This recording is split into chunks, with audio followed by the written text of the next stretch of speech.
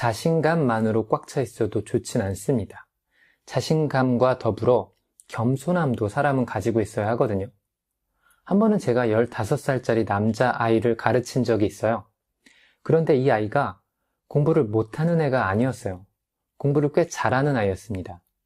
그리고 자신의 아버지가 카이스트 대학을 졸업하셨고 대기업 부장이었거든요. 그래서 그 아이는 그 부분에 대해서도 자부심이 있었고 자신이 공부를 꽤 잘한다는 점에도 자부심이 많았어요. 그런데 제가 이 아이를 코칭하게 된 이유는 이 아이가 고학년이 되면서 성적이 많이는 아니지만 좀 떨어졌기 때문이었거든요. 그래서 이 아이를 지도하게 되었는데 아이를 제가 관찰해보고 분석해보니까 성적이 나중에 더 떨어지겠더라고요. 성적이 더 떨어질 수밖에 없는 심리적인 근거가 있었어요. 그 근거가 뭐였냐면 이 아이가 자신감으로 너무 꽉 차 있다는 거였어요. 아버지가 카이스트 출신의 대기업 부장에 집안에 돈도 꽤 있었어요. 그리고 본인이 공부도 잘했어요. 그러니까 자신감으로 가득 찰 수밖에 없었을 거예요. 그런데 자신감은 능력에 바탕을 두어야 하는 거잖아요. 능력에 바탕을 두지 않은 자신감을 우린 뭐라고 부릅니까? 허세라고 하지 않아요? 심리학에선 이걸 보거가 자기를 잔뜩 부풀리는 것처럼 자신의 자아를 부풀렸다고 표현합니다. 풍선처럼 부풀려진 거예요. 이 아이가 딱 그 케이스였던 거예요. 자기 능력이 실제로 엄청난 건 아닌데 그래서 실제로 성적이 떨어지고 있었는데 자기가 마음만 먹으면 언제든지 역전할 수 있고 완전 잘할 수 있다고 믿고 있는 거예요. 그 아이는 보거처럼 빵빵하게 자아가 부풀어져 있었어요. 열등감도 안 좋지만 이런 허세장애는 더 안 좋습니다. 이 아이는 열등감을 느껴본 적이 별로 없는 거였어요. 그래서 허세장애가 되어버린 건데 열등감은 다른 사람한테 피해를 주는 건 아니지만 허세는 다른 사람한테 피해를 주잖아요. 우린 겸손한 사람을 좋아하지 잘난 척하는 사람을 안 좋아합니다. 그래서 가장 이상적인 것은 아이가 능력에 기반한 자신감은 있지만 잘난 척하지 않는 겸손함도 함양할 필요가 있는 거예요. 균형이 중요한 겁니다. 열등감을 너무 느껴서도 안 되고 그렇다고 지나치게 자신감으로 부풀어 있어도 안 된다는 것이죠. 지나친 자신감은 허세와 잘난 척으로 변모할 수 있다는 걸 기억할 필요가 있습니다. 이제 다음은 5번째 발달 단계입니다. 만 12세부터 18세까지 초등학교 고학년부터 고등학교 시절에 해당하는 단계라고 할 수 있습니다.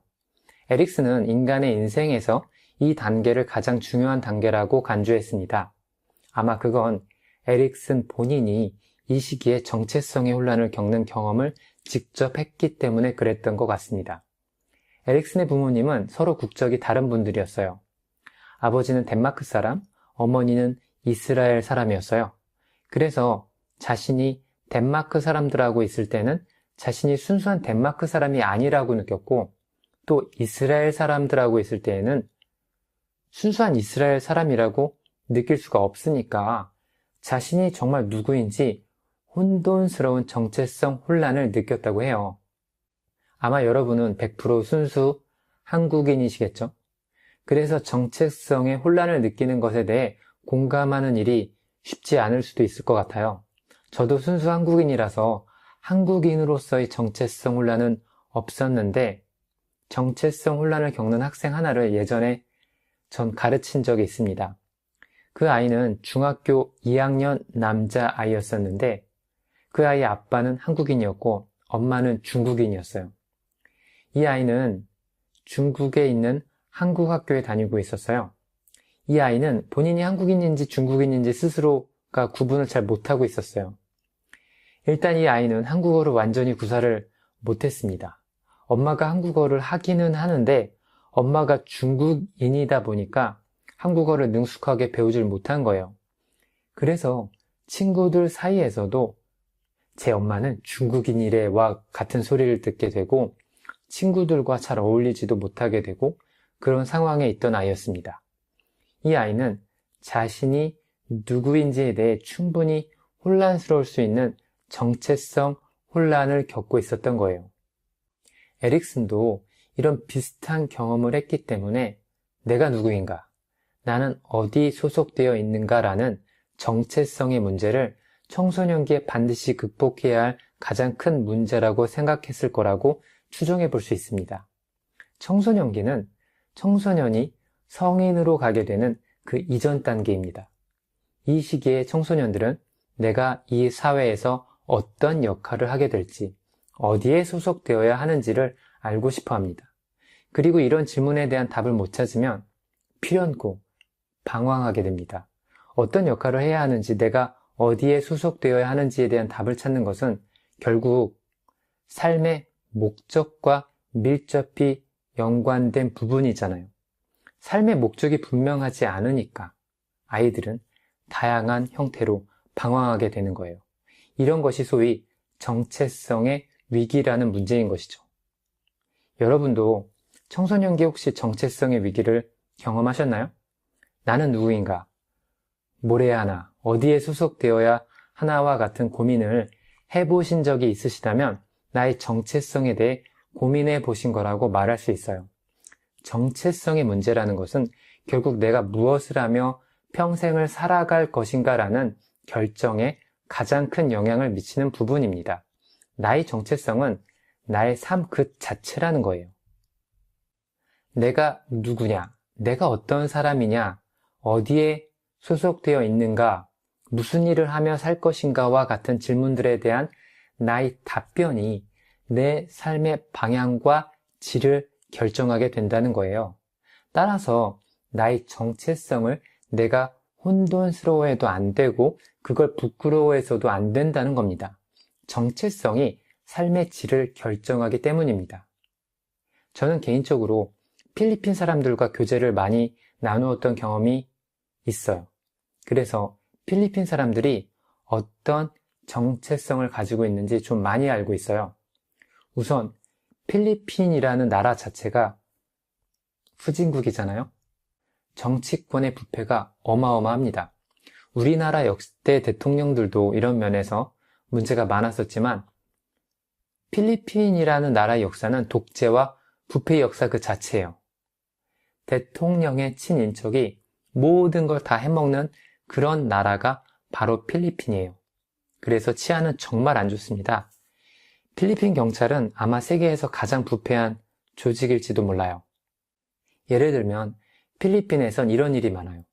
필리핀 경찰이랑 조폭들이 같이 짜고서 필리핀으로 오는 여행자들 가방에 몰래 총이나 마약을 넣어놓고 여행자를 감옥에 가둬두는 거예요. 마약이 나왔으니까 총이랑. 그리고 거액의 돈을 내놓지 않으면 안 풀어주는 겁니다. 이런 영화에서나 볼 수 있을 것 같은 일들이 벌어지는 곳이 필리핀이에요.